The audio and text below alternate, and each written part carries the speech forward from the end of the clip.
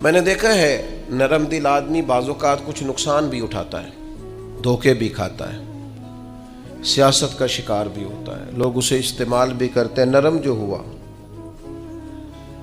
लोगों का ख्याल होता है कि देखा मैंने किस तरह से इसको बना लिया है और किस तरह से मैंने काम ले लिया है। नबी करीम सल्लल्लाहु ताला अलैहि वसल्लम ने फरमाया मोमिन नरम दिल होता है।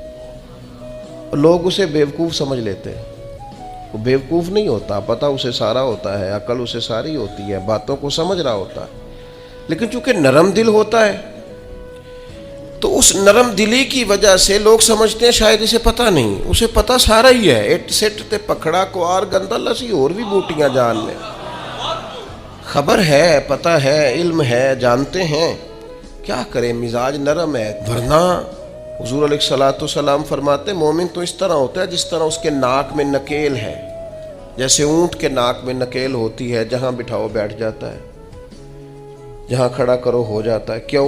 मोमिन है, नरम दिल है। लोग समझते हो मैंने मशवरा दिया था मान गया, और भाई वो मान इसलिए गया है कि मिजाज का नरम है।